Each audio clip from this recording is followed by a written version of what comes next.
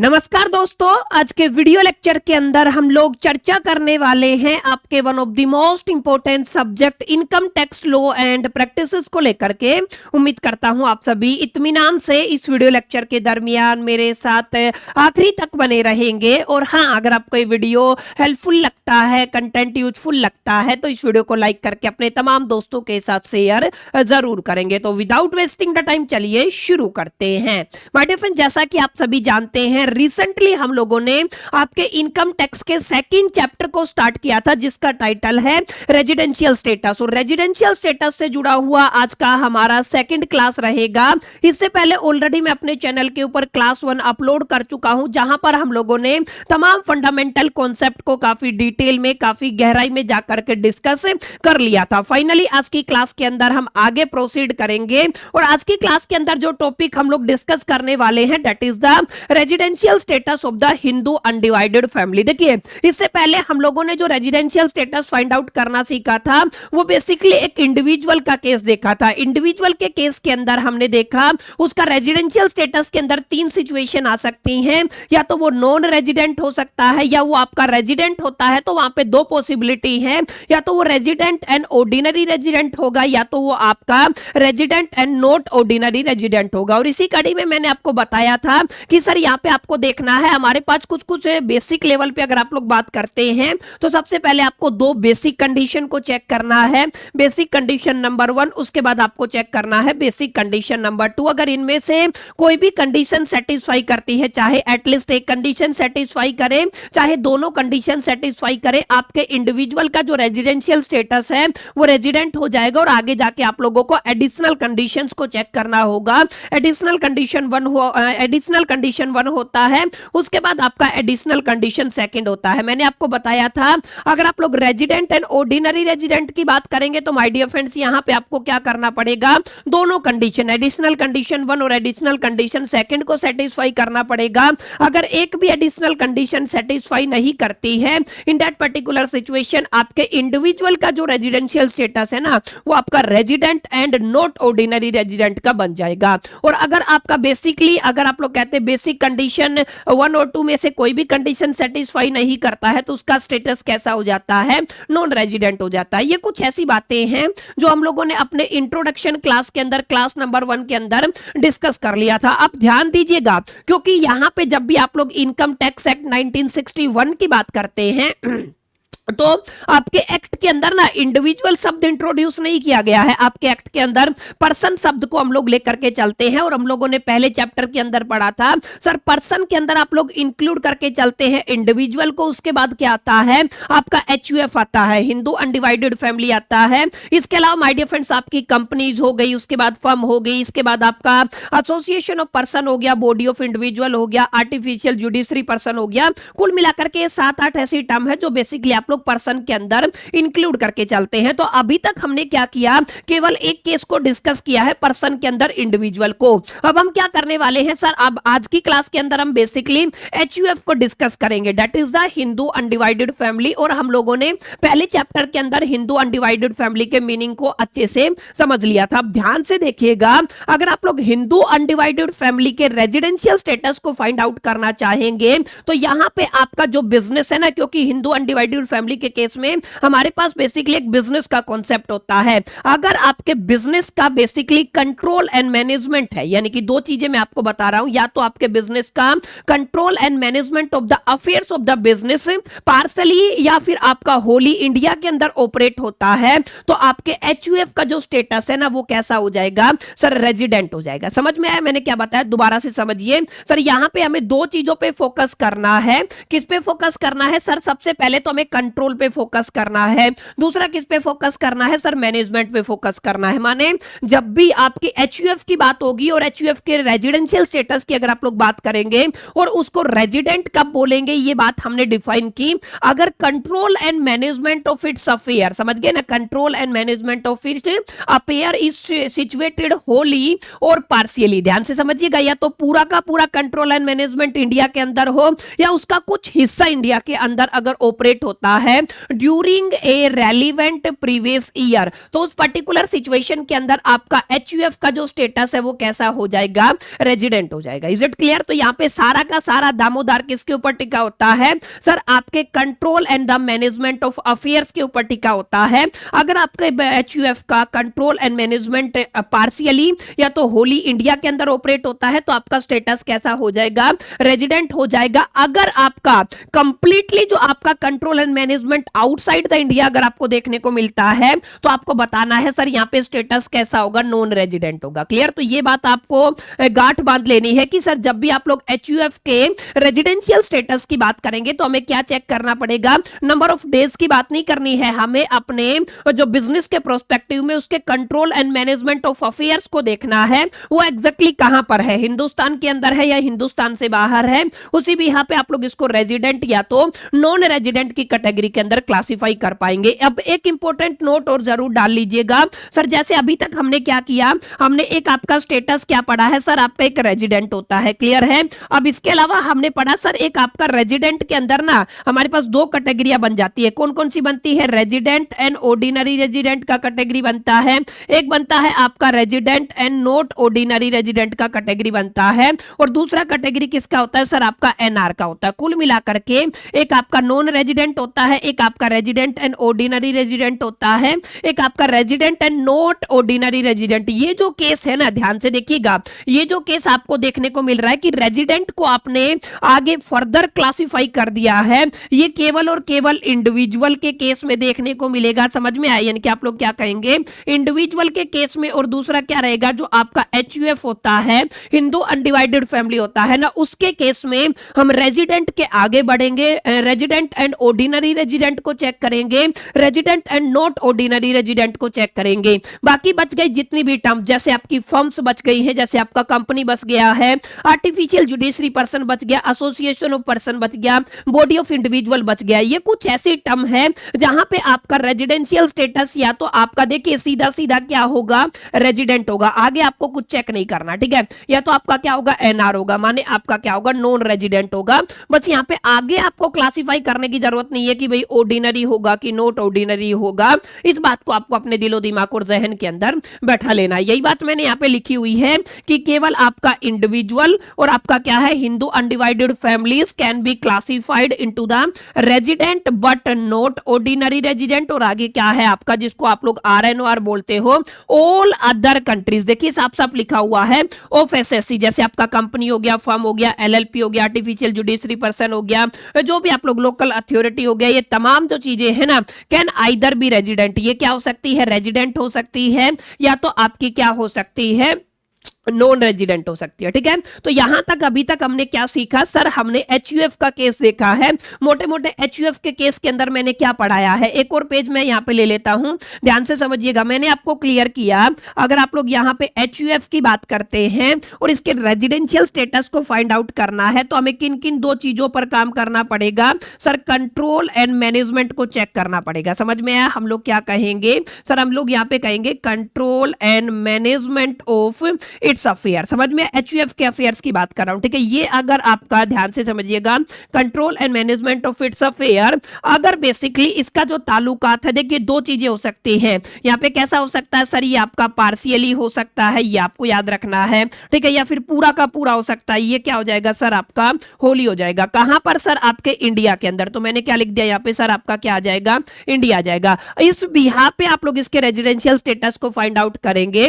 HUF के case में अगर मैंने क्या बताया, control and management of affairs partially या होली इंडिया के अंदर कंट्रोल होता है, या तो होगा या तो नहीं होगा। समझना, या तो होगा या तो नहीं होगा। आप लोग क्या कह सकते हैं सर, यस भी हो सकता है और क्या हो जाएगा, नो भी होगा। अगर यस होता है तो उसको क्या कहेंगे सर, आप लोग उसको रेजिडेंट बोलेंगे। उसका बेसिकली जो आपका HUF है उसका स्टेटस कैसा हो जाएगा, रेजिडेंट हो जाएगा। और अगर नो कहते हो तो सर उसका स्टेटस कैसा हो जाएगा, नॉन रेजिडेंट हो जाएगा। तो ये माय डियर फ्रेंड्स आपको याद रखना है इस तरीके से। बस अब आगे अगर आप लोग बात करेंगे ना तो थोड़ा यहाँ पे ध्यान देने वाली बात यह है कि सर आपका स्टेटस रेजिडेंट आ गया है, और क्योंकि एचयूएफ के अंदर हमें रेजिडेंट के अंदर ऑर्डिनरी रेजिडेंट होगा कि नॉट ऑर्डिनरी रेजिडेंट होगा, ये भी तो हमें डिफाइन करना पड़ेगा ना। तो अगेन सेम केस अप्लाई करना है जो हमने अप्लाई किया था in the case of the individual. देखिए ऑर्डिनरी और नॉट ऑर्डिनरी के केस में हमने क्या चेक किया था सर, हमने यहां पे आपका एडिशनल कंडीशन 1 और उसके बाद क्या आ जाएगा एडिशनल कंडीशन नंबर 2 को चेक किया था। तो वही सेम एडिशनल कंडीशन इंडिविजुअल पे ना लागू होकर किस पे लागू हो जाएंगी सर, आपके एचयूएफ का जो कर्ता होता है, ध्यान से समझिएगा, जो हेड जिसको आप लोग एक तरीके से बोलते हैं ना, आप लोग क्या कहेंगे, जो सर आपका कर्ता होता है ना, उस कर्ता के ऊपर आपको एडिशनल कंडीशन 1 और एडिशनल कंडीशन 2 चेक करनी है। वही सेम एडिशनल कंडीशन रहेंगी जो इंडिविजुअल के केस में थी। और यहां पर अगर आपकी दोनों सेटिस्फाई करती है, ध्यान से समझिएगा, क्या करती हैं, बोथ अगर आपकी क्या करती हैं, सेटिस्फाई करती है, यानी कि या तो यहां पे यस होगा या तो यहां पे क्या होगा आपका नो होगा। अगर दोनों सेटिस्फाई करती हैं तो इसका स्टेटस रहेगा रेजिडेंट एंड ऑर्डिनरी रेजिडेंट। और यहां पे ध्यान दीजिएगा, अगर दोनों सेटिस्फाई नहीं करेंगी तो आप लोग क्या कहेंगे, resident and not ordinary resident. Clear है? तो कुल मिलाकर के हमने यहां पे एक डिफरेंस देखा है सर। पहला डिफरेंस क्या आया कि यहां पे अगर आपको रेजिडेंशियल स्टेटस को चेक करना है हिंदू अनडिवाइडेड फैमिली के केस में, तो हमें बेसिक कंडीशन को रिप्लेस कर दिया है control and management of affair से। अगर वो कंट्रोल होते हैं और उसका मैनेजमेंट इंडिया के अंदर होता है, चाहे उसका कुछ हिस्सा हो या पूरी तरीके से हो, तो वो आपका रेजिडेंट हो जाएगा। अगर नहीं करता है तो वो नॉन रेजिडेंट हो जाएगा। आगे जाके अगेन आपको एडिशनल कंडीशन चेक करना है, additional condition number 1, additional condition number 2। अगर दोनों सेटिस्फाई करती हैं तो आपका आरओआर हो जाएगा। अगर दोनों में से एक भी सेटिस्फाई नहीं किया तो क्या हो जाएगा, आरएनओआर हो जाएगा, यानी कि resident but not ordinary resident. Clear? तो ये आपको याद रखना है, अपने दिलो दिमाग और ज़हन के अंदर बैठा लेना है। कई बार यहां से एग्जामिनेशन के अंदर क्वेश्चन देखने को मिलता है, प्रैक्टिकल क्वेश्चन भी आज की क्लास के अंदर अगर समय मेरे को इजाजत देता है तो हम लोग प्रैक्टिस करेंगे, भर भर के क्वेश्चन को प्रैक्टिस करेंगे, ताकि आपको ये समझ में आए कि सर अप्रोच क्या लेना क्वेश्चन के ऊपर। एक बार क्लैरिटी हो गया ना कॉन्सेप्ट की, तो सर किस अप्रोच के साथ हमें क्वेश्चन के ऊपर काम करना। ठीक है? तो ये आप लोगों को थोड़ा पढ़ लेना है। पिछली क्लास के अंदर मैंने बताया था एडिशनल कंडीशन नंबर 1 क्या कहती है और एडिशनल कंडीशन नंबर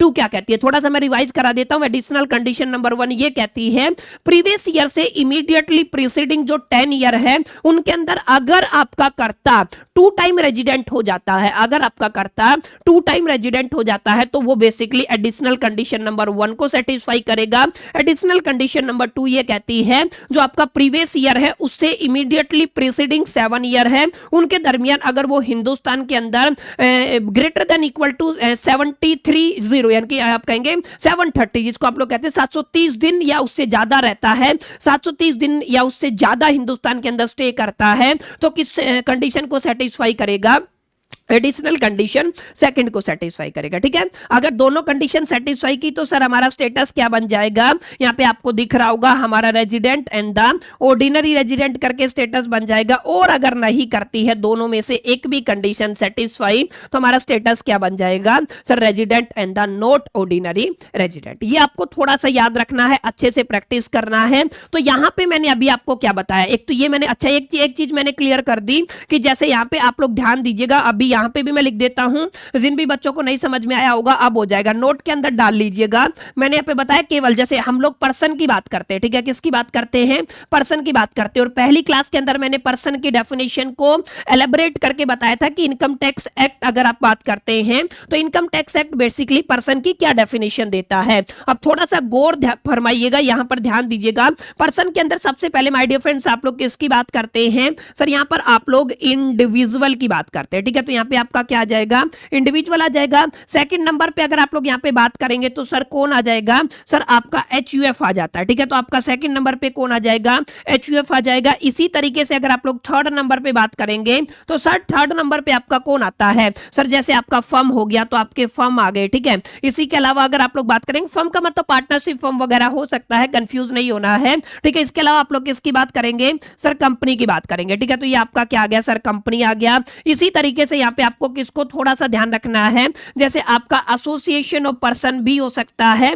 या फिर आपका बॉडी ऑफ इंडिविजुअल भी हो सकता है। इसके अलावा ध्यान दीजिएगा आपका आर्टिफिशियल जुडिशरी पर्सन हो सकता है, मैं इसको एजेपी लिख देता हूं, आर्टिफिशियल जुडिशरी पर्सन। और लास्ट एंड फाइनल आप लोग क्या कहेंगे सर, आपका लोकल अथॉरिटीज भी हो सकता है। सर लोकल अथॉरिटी जैसे आपका पंचायत हो गया, जैसे आपका म्युनिसिपालिटीज हो गया, ये सब किसके अंदर आते हैं सर, आपके लोकल अथॉरिटीज के अंदर आते हैं। ठीक है, अब यहाँ पे ध्यान ये देना है माय डियर फ्रेंड्स, मैं जिसको सर्कल कर रहा हूं ना उन पर थोड़ा सा गौर फरमाना है। सर यहां पर केवल और केवल इंडिविजुअल के केस में ध्यान से समझना, और किसके केस में, हिंदू अनडिवाइडेड फैमिली के केस में ना, जहां पे मैंने रेड सर्कल लगाया है, इसका मतलब रेड से मैं लिख देता हूं, यहां पे ध्यान दीजिएगा, यहां पे आपकी रेजिडेंट के अंदर अगर आपका स्टेटस आ जाता है ना, तो रेजिडेंट के अंदर आपको आगे फर्दर क्लासिफाई करना है, रेजिडेंट एंड ऑर्डिनरी रेजिडेंट होगा, या तो आपका resident and not ordinary resident होगा। ठीक है, अब यहां पर बाकी जितने भी बच गए बाकी केसेस की अगर आप लोग बात करते हैं, तो बाकी केसेस के अंदर या तो आपका स्टेटस कैसा होगा, रेजिडेंट होगा, या फिर आपका क्या होगा, नॉन रेजिडेंट होगा। ठीक है, ये आपको याद रखना है, या तो स्टेटस कैसा होगा, रेजिडेंट होगा, या तो आपका स्टेटस कैसा होगा, नॉन रेजिडेंट होगा। बस यही बात आपको याद रखनी है, काफी अहम इंपॉर्टेंट और जरूरी है, न केवल एग्जामिनेशन के पॉइंट ऑफ व्यू से बल्कि लर्निंग पॉइंट ऑफ व्यू से भी ये जानकारी आप सभी के लिए काफी इंपॉर्टेंट रहने वाली है। तो प्लीज इसको नोट कर लीजिएगा, अच्छे से एक बार पढ़िएगा ताकि आपको क्लैरिटी हो सके कि एग्जैक्टली क्या क्या बातें मैंने आपको बताई है और उन बातों का संदर्भ क्या है, और इसी के भी यहाँ पे माय डियर फ्रेंड्स हम लोग आगे जाके आपके क्वेश्चंस को भी टैकल करने वाले। ठीक है, क्लियर हुआ यहां तक है। तो यहां पे अभी कुछ बच्चों को ये डाउट होगा कि सर ये जो आपका एडिशनल कंडीशन 1 एडिशनल कंडीशन 2 इसको भी थोड़ा सा एक बार रिवाइज करा दीजिए, तो मैं फटाफट से करवा देता हूं। देखिए यहां पे क्या लिखा हुआ है, अगर आप लोग बात करते हैं किसकी, सेकंड पॉइंट पे पढ़िए, सेकंड पॉइंट क्या लिखा हुआ है, रेजिडेंट का तो केस मैंने पढ़ा दिया। अगर आप लोग RNOR की बात करते हैं, resident and not ordinary resident की बात करते हैं, या ROR की बात करते हैं, तो यहां पे हम लोग क्या करेंगे, हम लोग सेटिस्फाई करने वाले हैं कर्ता के लिए एडिशनल कंडीशन 1 और कौन सा रहेगा, एडिशनल कंडीशन 2। मैंने बताया था जो आपका रेलिवेंट प्रीवियस ईयर है उससे एग्जैक्टली इमीडिएटली जो प्रीसीडिंग कितने ईयर 10 ईयर हैं उनमें अगर वो 2 टाइम एटलीस्ट रेजिडेंट हो जाता है तो एडिशनल कंडीशन नंबर 1 सेटिस्फाई करेगी। इसके अलावा अगर आप लोग बात करते हैं तो मैंने बताया वो कितने दिन, 730 डेज मिनिमम या इससे ज्यादा, during the 7 previous year immediately preceding the relevant previous year. ठीक है, तो वो क्या रहेगा सर, वो सेकंड कंडीशन को सेटिस्फाई करेगा, कर्ता के ऊपर लगाना। अगर ये दोनों कंडीशन सेटिस्फाई हो जाती है तो आप लोग कहेंगे सर आपका AC1 और AC2 करके कंडीशन क्या हो गया है, सेटिस्फाई हो गया। ठीक है, अगर इनमें से एक भी कंडीशन सेटिस्फाई नहीं करता है तो क्या हो जाएगा, RNOR हो जाएगा। अगर ये दोनों कंडीशन सेटिस्फाई करती हैं तो वो क्या हो जाएगा, ROR हो जाएगा। ये बात मैंने अभी अभी आपको क्लियर भी कर दिया। ठीक है, समझा भी दिया है इनका मीनिंग क्या होता है। ठीक है, अब काफी बच्चों को एक कंफ्यूजन और होता है, काफी बार मैंने देखा क्लासेस के अंदर वो क्या करते हैं, प्रीवियस ईयर को कंक्लूड कर लेते हैं। मैं फिर एक बार रिपीट कर देता हूं ताकि आपको कोई कंफ्यूजन ना रहे। यहां पे आपको समझना है एडिशनल कंडीशन 1 के अंदर क्या बोला है, एडिशनल कंडीशन सेकंड के अंदर एडिशनल कंडीशन 1 ये कहती है जैसे प्रीवियस ईयर है ना उसको छोड़ना है, उससे पहले के 10 साल पकड़ने हैं। समझ में आया, यानी कि मेरे को क्या करने हैं, इससे पहले के कितने पकड़ने हैं सर, 10 साल पकड़ने हैं। यहां पे आपको क्या करना है, इससे पहले के 10 साल को अगर आप लोग पकड़ करके चलेंगे ना तो आप लोग कंडीशन को सेटिस्फाई करेंगे। जैसे यहां पे आपको क्या करना है, ये आपके इसको छोड़ दो, प्रीवियस ईयर को छोड़ दो, इससे पहले के जो इमीडिएटली 10 प्रीसीडिंग ईयर है। ठीक है, आप लोग क्या कहेंगे, आप लोग यहां पे कहेंगे इमीडिएटली 10 प्रीसीडिंग ईयर है, उन 10 प्रीसीडिंग ईयर में आपका एट लिस्ट, ध्यान रखिएगा किसकी बात हो रही है, कम से कम क्या होना चाहिए, 2 टाइम वो क्या होना चाहिए सर, आपका रेजिडेंट होना चाहिए। समझ में आया, क्या होना चाहिए, वो आपका रेजिडेंट होना चाहिए। वो माने कर्ता, किसके केस में, हिंदू अनडिवाइडेड फैमिली के केस में। और अगर आप लोग यहां पे अगर आप लोग 7 प्रीसीडिंग ईयर की बात करेंगे तो अगेन यहां पे भी आपको आपके प्रीवियस ईयर को छोड़ना पड़ेगा। यहां पे आपको क्या करना है सर, मिनिमम कितने दिन बनने चाहिए सर, 730 डेज वो हिंदुस्तान के अंदर स्टे करना चाहिए कितने ईयर के दरमियान, 7 प्रीसीडिंग ईयर्स के दरमियान। ठीक है, तो ये वाला जो कंडीशन है ये सर आपका AC2 होता है, एडिशनल कंडीशन 2 होता है, और ये क्या होता है सर आपका AC1 होता है, जिसको आप लोग एडिशनल कंडीशन 1 कहते हैं। ठीक है, अब मेरे हिसाब से कोई डाउट नहीं होना चाहिए, मैंने सारी चीजें क्लियर कर दी हैं। फिर भी कोई डाउट रहता है तो कमेंट बॉक्स आप सभी के लिए खुला ही रहता है, आप लोग कमेंट बॉक्स में जरूर बताइए करें, अगली क्लास के अंदर मैं आपके डाउट का सॉल्यूशन प्रोवाइड करने की कोशिश करूंगा। ठीक है, तो यहां से क्लैरिटी हो गया कि सर आपका HUF के केस की बात करेंगे तो एग्जैक्टली किस तरीके से उसके रेजिडेंशियल स्टेटस को फाइंड आउट किया जाएगा। अब यहां पे ध्यान दीजिएगा, आगे अगर आप लोग चलते हैं ना तो हमें चेक करना है सर कंपनी का, किसका बात करना है, कंपनी का। तो कंपनी के अंदर ध्यान रखना है, एक इंपॉर्टेंट टर्म मैं आपको दे रहा हूं जो आपको याद रखना है, इसको आप लोग कहते हैं पोयम। क्या कहते हैं, पोयम। अब काफी बच्चे कहेंगे सर पोयम का मतलब, पोयम मैंने एक शॉर्ट एब्रीविएशन है, वैसे पोयम का मतलब होता है, P का मतलब होता है प्लेस, O का मतलब होता है ऑफ, और E का मतलब होता है इफेक्टिव, और M का मतलब होता है मैनेजमेंट। माने आप लोग क्या कहेंगे, प्लेस ऑफ इफेक्टिव मैनेजमेंट। समझ में आया, आप लोग क्या कहेंगे सर, आप लोग यहां पे कहेंगे पोयम का मतलब है प्लेस ऑफ इफेक्टिव मैनेजमेंट। ठीक है, जहां पर कंपनी का प्लेस ऑफ इफेक्टिव मैनेजमेंट अगर पार्शियली या होली इंडिया के अंदर है तो आप लोग कहेंगे वो आपका रेजिडेंट कंपनी है। अगर वो कंप्लीटली आउटसाइड द इंडिया है तो कंपनी कैसा हो जाएगा, नॉन रेजिडेंट हो जाएगा। ठीक है, याद रखेंगे। अच्छा, सेक्शन वैसे इंपॉर्टेंट नहीं है, इनकम टैक्स एक्ट 1961 के अकॉर्डिंग आपका सेक्शन 6, और अगर आप लोग सब सेक्शन 3 की बात करते हैं तो वहां पे रेजिडेंशियल स्टेटस ऑफ कंपनी की बात किया गया। ठीक है, तो यहां पे क्या कहा है सर, अगर आपका प्लेस ऑफ इफेक्टिव मैनेजमेंट की बात करते हैं तो यहां पे भी आप लोग क्या कहेंगे सर, अगर आपका ये पार्शियली बात कर लीजिए या फिर आप लोग क्या कहेंगे होली। ठीक है, यानी कि पार्शियली या होली अगर ये हिंदुस्तान के अंदर ऑपरेट होता है तो ये आपका रेजिडेंट कंपनी होगा। अगर ये कंप्लीटली आउटसाइड द इंडिया है तो ये क्या होगा सर, नॉन रेजिडेंट होगा। और मैंने पहले बताया था यहां पे रेजिडेंट होगा या तो नॉन रेजिडेंट होगा। ठीक है, अब यहां पे सवाल ये आता है सर, ये आपका पोयम जो होता है प्लेस ऑफ इफेक्टिव मैनेजमेंट होता है, इसका क्या मतलब होता है सर, इसका सीधा सीधा मतलब है जिस जगह से, जिस प्लेस से आपके मैनेजमेंट के जो भी बुनियादी डिसीजन है, फंडामेंटल डिसीजन है, उनको कंडक्ट किया जाता है ना, वो क्या कहलाता है, वो आपका POM कहलाता है, प्लेस ऑफ इफेक्टिव मैनेजमेंट कहलाता है। Is it clear? तो ये आपको याद रखना है, यही बात मैंने आपकी लिखी हुई है। कंपनी वुड बी रेजिडेंट, अगर आपकी कंपनी रेजिडेंट होगी, अगर क्या है वो आपकी इंडियन कंपनी है और उसका place of effective management poem कहां पे है, प्रीवियस ईयर के दरमियान इंडिया के अंदर है। ठीक है, यानी कि प्लेस ऑफ इफेक्टिव मैनेजमेंट कहां पर है, हिंदुस्तान के अंदर है, तो वो आपकी रेजिडेंट कंपनी होगी। अगर आउटसाइड द इंडिया है तो वो कैसी होगी सर, नॉन रेजिडेंट कंपनी होगी। ठीक है, और यही बात यहां पे नोट करके भी लिख लीजिएगा। अगर आप लोग प्लेस ऑफ इफेक्टिव मैनेजमेंट की बात करते हैं तो ये वो प्लेस होता है जहां पर मैनेजमेंट और उसके कमर्शियल डिसीजन लिए जाते हैं। ठीक है, जो बेसिकली नेसेसरी होते हैं किसके लिए, कंडक्ट करने के लिए आपके बिजनेस को या एंटिटी आर टेकन। ठीक है ना, ये आपको कुछ बुनियादी बातें हैं जिनको पढ़ लेना। ठीक है, अब इसी तरीके से सिमिलर मैनर में आप लोग ध्यान देंगे तो अगर आप लोग फर्म के रेजिडेंशियल स्टेटस की बात करते हैं, LLPs के स्टेटस की बात करते हैं, association of person, body of individual या लोकल अथॉरिटी या आर्टिफिशियल जुडिशरी पर्सन की बात करते हैं, तो यहां पे भी ध्यान रखना, यहां पे भी आपका जो रेजिडेंशियल स्टेटस है ना वो डिपेंड करेगा place from where the management of the above persons management is made. समझ में आया, यानी कि जहां पे मैनेजमेंट है, अगर इन सारे केसेस के अंदर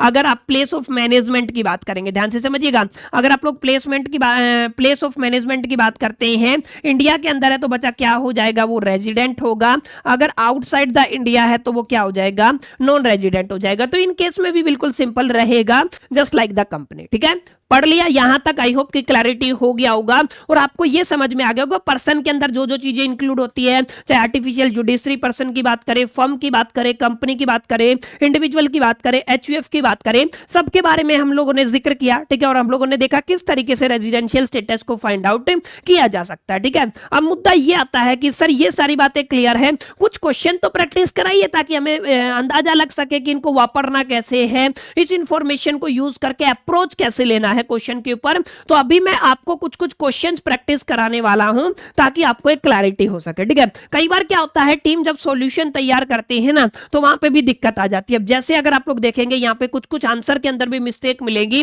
और इसी तरीके की मिस्टेक आपकी किताब के अंदर भी हो सकती है। नंबर वन चीज, आप लोग बेसिकली जो पीवाईक्यूज लेके आते हैं, चाहे आप लोग शिवदास की बात कर लीजिए, वहां पर भी कई कई जगह पे मैंने एरर देखे हैं। तो अप्रोच अगर आपने सही लिया ना तो आप लोग उन एरर को खुद से भी रेक्टिफाई कर पाएंगे और आप लोग सही आंसर तक पहुंच पाएंगे। जैसे इस क्वेश्चन की बात करते हैं तो यहाँ पे क्या, अच्छा यहाँ पे कॉन्सेप्ट क्लियर होने जरूरी है। जैसे क्वेश्चन क्या कहता है, क्वेश्चन कहता है आपका मिस्टर एक्स है जो आपका इंडियन एक्टर है। इंडियन एक्टर माने सिटीजनशिप इसका किसका है, इंडिया का है। तो हम लोग ये मान के चलते हैं जब इंडियन एक्टर है तो मेजॉरिटी ऑफ द टाइम वो क्या काम करेगा, हिंदुस्तान के अंदर ही रह के काम करेगा। अब अगर उसको हिंदुस्तान से बाहर जाना पड़ा तो यहां पे वो कंडीशन मेंशन होगी, समझ में आया। अब उससे पहले का सिनेरियो हम लोग ये मान करके चलेंगे भाई वो जब जब बाहर गया वो एक क्वेश्चन में लिख दिया, ठीक है। अब वो जब जब बाहर नहीं गया यानी कि उससे पहले का जो टाइम पीरियड है हम लोग ये मान करके चलेंगे, अज्यूम करके चलेंगे कि वो हिंदुस्तान के अंदर रहा है अगर क्वेश्चन के अंदर गिवन नहीं होता। पहले एक बार क्वेश्चन पढ़ लेते हैं। Mister X an Indian actor went to USA 1 April 2025। ध्यान दीजिएगा कब गया है वो अमेरिका, सर 1 अप्रैल 2025 को गया है और 1 अप्रैल से आपका फाइनेंशियल ईयर स्टार्ट हो जाता है। 1 अप्रैल से 31 मार्च तक आप लोगों का फाइनेंशियल ईयर कैलकुलेट होता है। फाइनेंशियल ईयर माने प्रीवियस ईयर आप लोग उसको बोल सकते हैं मोटे मोटे शब्दों में, ठीक है। फिल्म की शूटिंग के लिए due to ill health he had stay there just after shooting he came back to India on 25 September 2025। ध्यान दीजिएगा वो कब आया है सर, आपका हिंदुस्तान के अंदर 25 सितंबर को आया, ठीक है। He had to go again USA, वो फिर से कब गया है सर, 8 दिसंबर। ध्यान से समझिएगा कब गया है सर, वो आपका 8 अरे यार कब गया है, 8 दिसंबर 2025 को गया, ठीक है। ये आपको याद रखना कब गया सर, 8 दिसंबर 2025 को गया है और वापस कब आ गया सर, 15 फेब को आ गया, ठीक है। अब ये आपको थोड़ा ध्यान में देना, 15 फेब 2026 को वापस आ गया है। उसका residential status my dear friends हमें फाइंड आउट करना है। अलोंग विद हमें क्या करना है, असेसमेंट ईयर क्या लेके चलना है, 2026-27 लेके चलना है। अब कुछ बुनियादी बातें हैं क्योंकि ये इंडिविजुअल का केस है। इंडिविजुअल के केस के अंदर रेजिडेंशियल स्टेटस को फाइंड आउट करने के लिए बेसिक कंडीशन 1, बेसिक कंडीशन 2, इसके अलावा एडिशनल कंडीशन 1, एडिशनल कंडीशन 2 को सेटिस्फाई करना जरूरी होता है।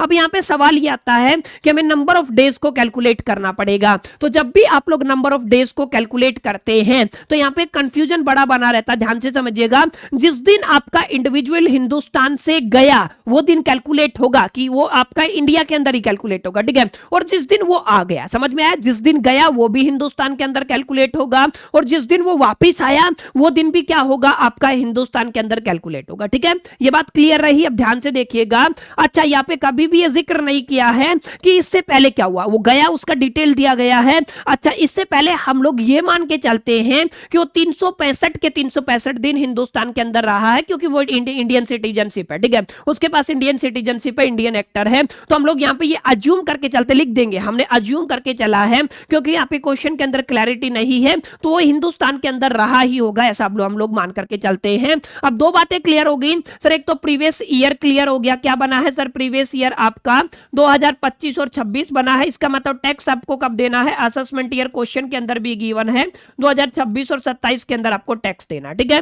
अब हमें चेक करना बेसिक कंडीशन 1। बेसिक कंडीशन 1 ये कहती है कि मिनिमम 182 दिन या उससे ज्यादा प्रीवियस ईयर के दरमियान। दूसरी बेसिक कंडीशन ये कहती है अगर पहली कंडीशन सेटिस्फाई नहीं करती है तो प्रीवियस ईयर के दरमियान मिनिमम 60 दिन और उससे पहले उसका बेसिकली कितना बनेगा, वो आपका बेसिकली 365 वाला क्राइटेरिया, ठीक है। अभी हम इसको भी थोड़ा सा डिस्कस करेंगे, ध्यान से समझना। अभी यहां पे मैंने क्या किया, अच्छा आपका जो टाइम पीरियड है वो 1 अप्रैल से स्टार्ट हो जाता है। तो यहां पे क्वेश्चन के अंदर एक मिस्टेक है, देखिए 1 अप्रैल को वो गया तो यहां पे आपको क्या करना पड़ेगा, नंबर ऑफ डेज को कैलकुलेट करने के लिए 1 अप्रैल को भी इंक्लूड करना पड़ेगा, ठीक है। अब 1 अप्रैल के बाद क्या हुआ है, देखिए सितंबर 25 को गया और 25 से 30 की बात करेंगे। 25 से 30 देखिए वो आपका बेसिकली क्या कहा उसने कहा है 25 सितंबर को वापस आ गया और कब गया है सर, 8 दिसंबर तक गया है। तो 25 सितंबर से 8 दिसंबर के नंबर ऑफ डेज कैलकुलेट कीजिए। सितंबर से लेके अगर आप सितंबर की बात करते हैं तो 25 से 30 के बीच में कितने दिन बन गए, 6 दिन। देखिए 25 को भी कैलकुलेट करना पड़ेगा क्योंकि 25 आ गया था, 25 हो गया, 26, 27, 28, 29 और 30 कितने दिन हो गए, 6 दिन हो गए। रहे हैं। पूरा का पूरा अक्टूबर 31 डेज हो जाएगा। नवंबर कितना हो जाएगा सर आपका 30 दिन हो जाएगा। अब बात आती है सर वो कितने दिसंबर को गया है, सर 8 दिसंबर को गया। कितने दिसंबर को गया है, 8 दिसंबर को। तो मैंने बताया था 8 के 8 दिन वो हिंदुस्तान के अंदर रहा, जिस दिन वो गया वो भी कैलकुलेट होगा। तो यहाँ पे 7 लिखा हुआ है, मेरे को क्या करना पड़ेगा सर 8 करना पड़ेगा, एक एरर यहाँ पे है, ठीक है। अब टोटल करते हैं तो 74 प्लस में आपने एक ये छोड़ दिया और यहाँ पे मेंशन नहीं किया गया है 1 अप्रैल को, तो मैं इसको भी यहाँ पे ऐड कर लूंगा। कुल मिलाकर के 74 और 2 कितना हो जाएगा 76 डेज, माने कि आपका 76 डेज का क्राइटेरिया तो यहाँ पे फुलफिल हो गया, ठीक है।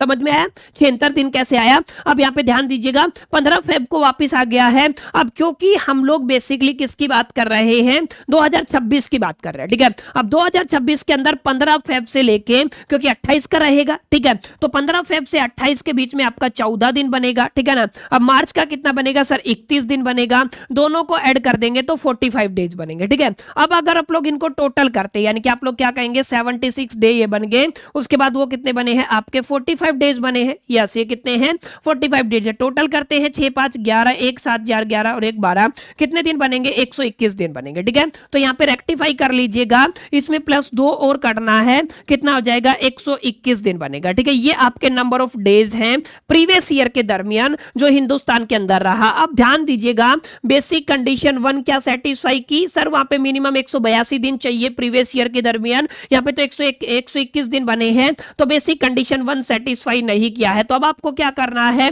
Sir basic condition 2। Basic condition 2 क्या कहती है, प्रीवियस ईयर के दरमियान मिनिमम कितना दिन होना चाहिए सर 60 दिन होना चाहिए, ठीक है। आप लोग क्या कहते हैं 60 दिन होना चाहिए, तो मिनिमम अगर 60 दिन है तो ये तो 121 दिन बन रहा है, इसका मतलब हाफ कंडीशन सेटिस्फाई कर गई है, ठीक है। अब यहाँ पे थोड़ा ध्यान दीजिएगा, सेकंड कंडीशन क्या कहती है, प्रीवियस ईयर के इमीडिएटली प्रीसीडिंग अगर आप लोग टाइम को पकड़ करके चलते हैं 4 साल में वो कितने दिन रहा हो सर 365 दिन रहा हो, ठीक है। और क्योंकि हमने अज्यूम किया था कि इससे पहले वो हिंदुस्तान के अंदर ही था, माने पूरा पूरा साल हिंदुस्तान के अंदर था, एक साल में ही 365 दिन पूरा हो जाएगा, इसका मतलब जो आपका greater than equal to 365 days वाला क्राइटेरिया है ना, वो भी क्या हो जाएगा माय डियर फ्रेंड्स पूरा हो जाएगा। देखिए अगर आप सभी को याद नहीं है तो मैं आपको थोड़ा दिखा भी देता हूं, सारी चीजें मैंने बताई हुई है। देखिए 365 डेज लास्ट जो आपके preceding immediately preceding 4 year from the previous year, ठीक है, ये आपको याद रखना, ठीक है। अब यहाँ पे देखिए मैं क्या बता रहा था आपको, मैं कैलकुलेट करना सिखा रहा था। यस, यहाँ पे देखिए तो ये दोनों कंडीशन सेटिस्फाई की, इसका मतलब बेसिक कंडीशन 2 का क्या हो गया सर यस हो गया है, बेसिक कंडीशन 2 का यस हो गया है, तो सर वो क्या कहलाएगा सर आपका रेजिडेंट कहलाएगा। क्लियर। तो यहाँ पे अगर आपका रेजिडेंट हो गया है तो आगे हमें क्या करना है, चेक करना है आपका ऑर्डिनरी रेजिडेंट होगा कि वो बेसिकली नॉट ऑर्डिनरी रेजिडेंट होगा, ठीक है। अब इसके लिए क्या करना है, एडिशनल कंडीशन नंबर 1 और एडिशनल कंडीशन नंबर 2 को चेक करना, ठीक है। अब उसको कैसे चेक करेंगे, तो मैं यहाँ पे एक लाइन बना लेता हूं ताकि आपको अच्छे से समझा सकूं, ठीक है। ये एक लाइन है, ठीक है। अब यहां पे मैंने क्या कहा, ये आपका प्रीवियस ईयर है, प्रीवियस ईयर में वो कितने दिन हिंदुस्तान के अंदर रहा 121 दिन रहा, ठीक है, ओके। अब इससे पहले अगर आप लोग कितना भी टाइम पीरियड ले, 5 साल ले 10 साल ले, जो भी आप लोग टाइम लेना चाहेंगे यहां से स्टार्ट करें और यहां तक अगर आप लोग आते हैं, समझ में, यानी कि जो भी आप लोग टाइम पीरियड की बात करते हैं सर वो फुल टाइम कहां पर रहा है, हिंदुस्तान के अंदर रहा है, तो 10 साल के अंदर उसके कितने साल, 10 इमीडिएटली 10 ईयर की बात करते हैं तो आराम से उसका बेसिकली 730 दिन बन जाएगा, यानी कि 7 साल के अंदर कितना बनेगा 730 दिन, और 10 साल के अंदर वो आराम से क्या हो जाएगा सर 2 टाइम रेजिडेंट हो जाएगा, ठीक है। क्या हो जाएगा 2 टाइम रेजिडेंट। कैसे हो जाएगा ध्यान से समझना, रेजिडेंट के लिए बेसिक कंडीशन 1 182 दिन है, क्योंकि वो पूरी पूरी साल हिंदुस्तान के अंदर रहा तो 365 दिन हिंदुस्तान के अंदर रहा, इसका मतलब बेसिक कंडीशन 1 क्या किया है, सेटिस्फाई किया है, तो ये क्या हो गया सर 2 टाइम रेजिडेंट हो गया। इसी तरीके से 7 ईयर का अगर आप लोग डेटा लेके चलते, सॉरी 4 ईयर का अगर आप लोग डेटा लेके चलते हैं तो 4 ईयर के दरमियान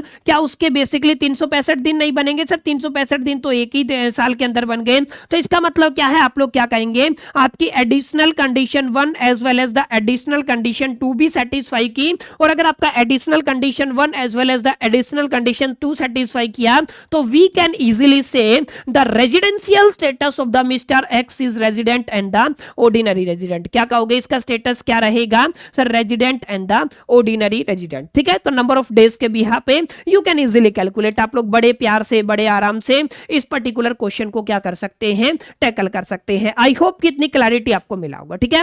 अब इससे आगे अगर आप, अच्छा यहाँ पे मिस्टेक क्या थी सर, एक तो यहाँ पे 1 अप्रैल यहाँ पे नहीं जोड़ा हुआ था, और ये आपका 1 से 7 दिसंबर लिया हुआ है, आएगा क्या 8 दिसंबर आएगा, इसलिए मैंने 2 दिन एक्स्ट्रा यहाँ पे ऐड कर दिए, ठीक है। अब यहाँ पे कई बार हो जाता है सॉल्यूशन करते टाइम कुछ चीजें दिमाग से निकल जाती हैं, लेकिन मैं साथ साथ आपको बताता चल रहा हूं ताकि एग्जामिनेशन के अंदर आप लोग मिस्टेक ना करें और आप लोग बड़े प्यार से, बड़े आराम से क्वेश्चन को सोल्व करके सही आंसर तक पहुंच सके, ठीक है। चलिए आगे बढ़ते हैं। अब एक आध क्वेश्चन और प्रैक्टिस करते हैं, ठीक है, जहां पे आपको थोड़ा कंफ्यूजिंग क्वेश्चन देता हूं ताकि आपको एक क्लैरिटी हो सके कि सर किस तरीके की अप्रोच आपको लेकर के चलना है।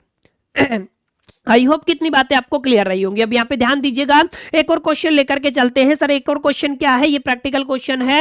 X was born in Delhi 1992 के अंदर इसका जन्म हुआ है।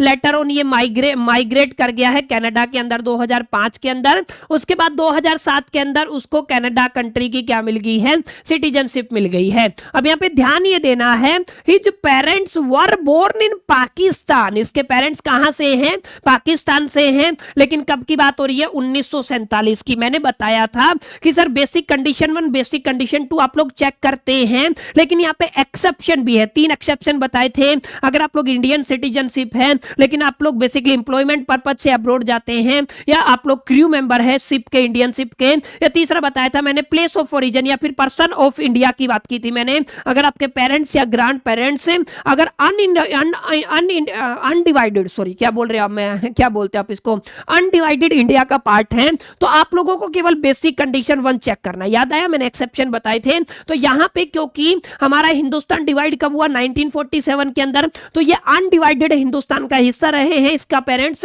इसका मतलब एक्स का जो स्टेटस है ना, केवल और केवल बेसिक कंडीशन 1 के बिहाफ पे चेक होगा। और बेसिक कंडीशन 1 क्या कहती है सर, मिनिमम या इससे ज्यादा कितने दिन प्रीवियस ईयर के दरमियान वो हिंदुस्तान के अंदर रहा हो सर, 182 दिन कम से कम, ठीक है। अब इसी के बिहाफ पे रेजिडेंट होगा या तो वो क्या होगा, नॉन रेजिडेंट होगा। अब यहां पे क्या लिखा हुआ है, he came to India for visit 180 days. कितने दिन आया सर, आपके 180 डेज रहा। प्रीवियस ईयर कितना है, 2025-26 है, तो ध्यान दीजिएगा प्रीवियस ईयर कितना है सर आपका 2025 से लेके 2026 है, और वो कितने दिन रहा सर, 182 दिन एग्जैक्ट रहा है। तो इसी 182 दिन के बिहाफ पे मैं कह सकता हूं सर वो क्या हो जाएगा सर, रेजिडेंट हो जाएगा, ठीक है। क्या हो जाएगा, रेजिडेंट हो जाएगा, क्योंकि यहां पे केवल और केवल हमें क्या चेक करना है सर, बेसिकली उसके ऊपर बेसिक कंडीशन 1 चेक करनी है, ठीक है। Prior to that he had been coming to India for visiting 115 days every year since 2016-17। देखिए 2016-17 से वो क्या कर रहा है, हिंदुस्तान के अंदर 115 दिन आ रहा है। अब ध्यान से देखिएगा, काफी इंपॉर्टेंट बात मैं आपको समझाने वाला हूं। यहाँ पे ये तो आपकी बेसिक कंडीशन 1 सेटिस्फाई कई, रेजिडेंट हो गया। अब क्या करना है, AC1 और AC2 चेक करना है। AC1 और AC2 के अंदर जो आपका 2 बार रेजिडेंट होना चाहिए और 730 दिन होना चाहिए। तो अब एक बार टाइम पीरियड देखते हैं। इन्होंने कहा सर 2016 से 17 जो आपका टाइम पीरियड था हर साल वो अब तक, अब का मतलब अभी क्या चल रहा है, 25-26 चल रहा है, तो आप लोग क्या कहेंगे 2016-17, उसके बाद आप लोग क्या कहेंगे 17-18 हो जाएगा, उसके बाद आप लोग क्या कहेंगे 2018 से 19 बनेगा, फिर आपका 2019 से लेके 2020 बनेगा, फिर आपका 2020 से लेके कितना बनेगा 21 बनेगा, फिर आपका क्या बनेगा 2021 से लेके 2022 वाला साल, ठीक है ना। उसके बाद आप लोग क्या कहेंगे सर, आप लोग 2022 से लेके 2023 आ जाएगा और 2023 से लेके 2024, ठीक है। उसके बाद आप लोग क्या कहेंगे 2024 से लेके 25 हो जाएगा और 2025 से लेके आप लोग क्या कहेंगे 2026। और ये हमारा क्या है सर, आपका प्रीवियस ईयर है, इसलिए मैंने इसको मार्क कर दिया है, क्योंकि कई बच्चे इसको कैलकुलेट कर लेते तो इसको छोड़ देना है। और इसका हमारे पास बिल्कुल क्लियर डेटा कितने दिन है, 182 दिन है, ठीक है। अब आपको समझना है यहां पर उसने क्या कहा सर, यहां पर उसने कहा है हर एक साल वो कितने दिन हिंदुस्तान के अंदर रहा, ये आपको नोट करना है सर 115 दिन। तो आप लोग क्या कहेंगे 115 दिन वो यहां पे रहा, 115 दिन यहां पे रहा, 115 दिन यहां पे रहा और 115 दिन यहां पे रहा। सिमिलरली आप लोग क्या कहेंगे, यहां पे भी 115 दिन आएगा, यहां पे भी 115 दिन और यहां पे भी 115 दिन, और इसी तरीके से आप लोग क्या कहेंगे यहां पे भी 115 दिन, ठीक है। अब यहां पे एडिशनल कंडीशन 1 ये कहती कहती है, प्रीवियस ईयर से इमीडिएटली प्रीसीडिंग 10 ईयर पकड़ करके चलिए और 10 ईयर के दरमियान हमें ये चेक करना है कि वो कम से कम 2 बार रेजिडेंट रहा हो। ठीक है, अब 10 ईयर का मतलब क्या है, यहां पे पकड़ लीजिए, देखिए आपका कितना साल है, 1 साल, 2 साल, 3 साल, 4 साल, 5 साल, 6 साल, 7, 8 और 10 तो पूरे नहीं बन रहे, केवल 9 साल का डेटा गिवन है। अब आपको समझना क्या है, क्योंकि ये स्पेशल केस है, क्योंकि ये आपका एक्सेप्शन वाला केस है, तो एक्सेप्शन वाले केस के अंदर हमें केवल क्या चेक करना है, बेसिक कंडीशन 1, और बेसिक कंडीशन 1 के अंदर हम लोग क्या कहते हैं, कम से कम 182 दिन होना चाहिए।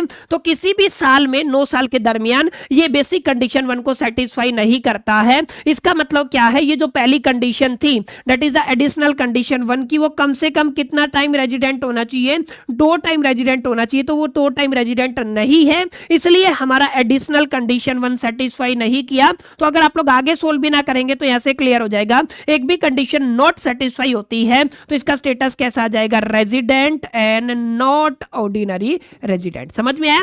तो यहां पे ध्यान रखिएगा, ये एक्सेप्शन केस दिया हुआ है जहां पे बेसिक कंडीशन 1 के बिहाफ पे रेजिडेंट या नॉन रेजिडेंट डिसाइड करना है, बेसिक कंडीशन 2 60 दिन और आपका 365 दिन वाला क्राइटेरिया यहां पे नहीं लगेगा। इस चीज को प्लीज आपको अपने दिलो दिमाग और जहन के अंदर बैठा लेना है। कई बार एग्जामिनर इस तरीके के सवाल भी आपके सामने दाग देता है, फिर आपको दिक्कत होती है, परेशानी होती है, तो इसलिए एक एक कॉन्सेप्ट की क्लैरिटी रखना आप सभी के लिए बड़ा जरूरी हो जाता है। ठीक है, आई होप कितनी क्लैरिटी आपको मिला होगा और आपको समझ में आया होगा कि किस तरीके से चीजों को टैकल किया जाता है। ठीक है, अब एक क्वेश्चन और करेंगे ताकि हमें और बेटर क्लैरिटी हो सके। देखिए, जितना समय मेरे को इजाजत देगा ना उतने क्वेश्चन माय डियर फ्रेंड्स मैं आपके प्रैक्टिस कराऊंगा, मैक्सिमम क्वेश्चन हम लोग प्रैक्टिस करेंगे ताकि आपको बेटर क्लैरिटी हो सके और आप लोग समझ सके कि अप्रोच कैसे लेना। ठीक है, अब आंसर एक बार के लिए मैंने गायब कर दिया है। यहां पे मिस्टर एक्स है जो ऑस्ट्रेलियन प्लेयर है, एक तो ये याद रखना है, ये कहां का प्लेयर है, ऑस्ट्रेलियन टेनिस प्लेयर है, हिंदुस्तान के अंदर आया कितने दिन के लिए, 105 दिन के लिए हर साल सिंस 2019-20। अब क्या करेंगे, डेटा ड्रॉ करेंगे। सर आप लोग क्या करेंगे, 2019-20 से लेके ये अभी तक आ रहा, तो 19-20 हो गया। इसके बाद आप लोग क्या कहेंगे, सर आपका 2020 और 21 हो जाएगा। उसके बाद आप लोग क्या कहेंगे, सर आपका 2021 और 2022 हो जाएगा। ठीक है, तो यहाँ पे क्या आएगा, 22 हो जाएगा। उसके बाद आप लोग क्या कहेंगे, सर 2022 से लेके 2023 हो जाएगा। इसी तरीके से आप लोग क्या कहेंगे, 2023 से क्या जाएगा, 2024। उसके बाद आपका 2024 से और 2025, और यहाँ पे मैं लिख देता हूँ 2025 से लेके 2026 ये हमारा प्रीवियस ईयर है, इसलिए मैंने इसको अलग से छांट लिया। ठीक है, ये आपका क्या है, प्रीवियस ईयर है, और यहाँ पर लिखा हुआ है सर वो कितने दिन रहा है, 115 दिन। ठीक है, न केवल यहाँ पर 115 दिन रहा है, वो पहले भी क्या रहा है, 115 दिन। तो हर एक साल ये क्या रहा है, 115 दिन रहा है। ठीक है, तो यहाँ पे अगर आप लोग लिखना चाहे तो लिख दीजिएगा, यहाँ पे मैं आपका एक कॉमन करके लिख देता हूँ। ठीक है, यानी कि यहाँ पे आप लोग क्या कहेंगे, सर वो 115 दिन रहा है। ठीक है, और ये कितने साल है, सर 1 2 3 4 5 6, कितने साल हो गए, 6 टाइम हो गए। ठीक है, तो ये आपके नंबर ऑफ डेज है। ठीक है, ये आपको थोड़ा सा याद रखना है। अब आगे क्वेश्चन पढ़िए क्या कहता है, determine his residential status assessment year कितना रहेगा, 2026 और 27। तो कैसे चेक करें, सर बेसिक कंडीशन 1 क्या कहती है, बेसिक कंडीशन 1 कहती है मिनिमम 182 दिन नहीं सेटिस्फाई कर रहा है, प्रीवियस ईयर के दरमियान 115 दिन है। तो दूसरी कंडीशन क्या कहती है, प्रीवियस ईयर के दरमियान ना वो 60 दिन रहा हो, ये कंडीशन सेटिस्फाई करती है। और प्रीसीडिंग 4 ईयर पकड़ लीजिए, कितने साल पकड़ने हैं, preceding 4 year. Sir preceding 4 year यहाँ पे आप लोग देख पा रहे होंगे 1 2 3 और 4। ठीक है, ये कितना हो गया आपका, 4 साल है। अब इस 4 साल में चेक करना है क्या वो 365 दिन रहा, तो आप लोग क्या करेंगे, यहाँ पे 115 को मल्टीप्लाई कर देंगे 4 से। ठीक है, 4 पंजा 20, 2 चला जाएगा, 4 और 2 6 होगा, 4 कितने दिन बचे, सर 460 दिन। इसका मतलब यहाँ पे आपकी जो बेसिक कंडीशन 2 है ना वो सेटिस्फाई करती है। ठीक है, अगर आपकी बेसिक कंडीशन 2 सेटिस्फाई करती है तो स्टेटस कैसा हो जाएगा, सर आपका रेजिडेंट हो जाएगा। ठीक है, क्या कहेंगे, सर आपका स्टेटस क्या हो गया, रेजिडेंट हो गया। अब क्या करना है, एडिशनल कंडीशन चेक करनी है। एडिशनल कंडीशन अगर आप लोग चेक करते हो तो इस साल से पहले का प्रीसीडिंग 10 ईयर पकड़ के चल रहा है और कम से कम 2 बार रेजिडेंट रहो। ठीक है, कितने टाइम रेजिडेंट रहो, 2 बार रेजिडेंट रहो। तो अब इस टाइम पीरियड को पकड़िए, 2 बार रेजिडेंट का मतलब क्या है, जैसे आप लोग यहाँ पे 2 साल 2 बार रेजिडेंट से चेक करना है, बेसिक कंडीशन 1 या 2 सेटिस्फाई करें, अलोंग विद आपका जो प्रीसीडिंग 7 ईयर रहेगा ना उसमें आपको क्या चेक करना है कि 730 दिन बनना चाहिए। ठीक है, अगर आपका दोनों एडिशनल कंडीशन सेटिस्फाई करेंगी तो ये क्या बन जाएगा, सर ये आपका basically resident and ordinary ordinary resident बन जाएगा।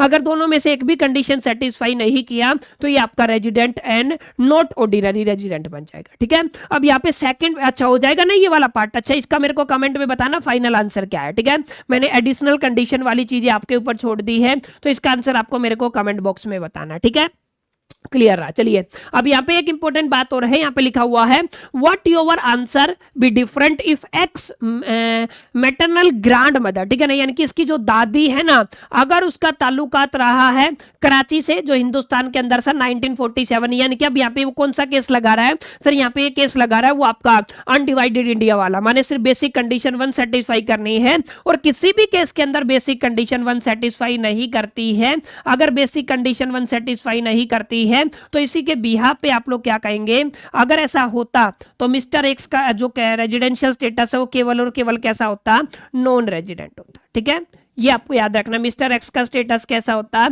सर, नॉन रेजिडेंट होता है। ये कौन सा पार्ट है सर, आपका पार्ट सेकंड है। पार्ट फर्स्ट की कुछ चीजें मैंने आपके ऊपर छोड़ दी है।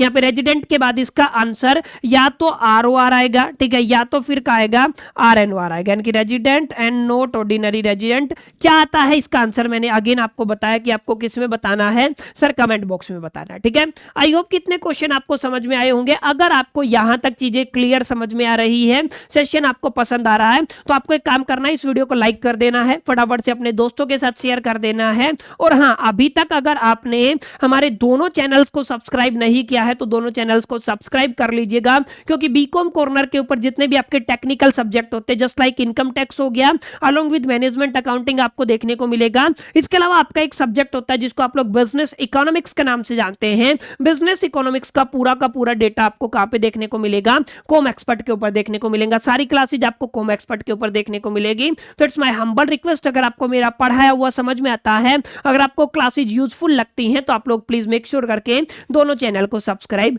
कर लीजिएगा। तो उम्मीद करता हूं माय डियर फ्रेंड्स, आपकी आज की क्लास आपको पसंद आई होगी, सेशन आपको अच्छा लगा होगा, न्यूमेरिकल आपको क्लियर रही होंगी, और अभी तक की जितनी भी चीजें थी वो आपको समझ में आ गई होंगी। अगर आपको इतना कुछ हुआ, ये सेशन पसंद आया, तो इस वीडियो को लाइक जरूर कर दीजिएगा, दोस्तों के साथ शेयर करना मत भूलिएगा। पहली दफे चैनल पे आए हैं तो सब्सक्राइब करके बेल आइकन को जरूर प्रेस कर दीजिएगा। इस वीडियो के अंदर इतना ही, मिलते हैं नेक्स्ट वीडियो के अंदर। जब तक ले मैं तो सोल दी बेस्ट, लकी प्लान।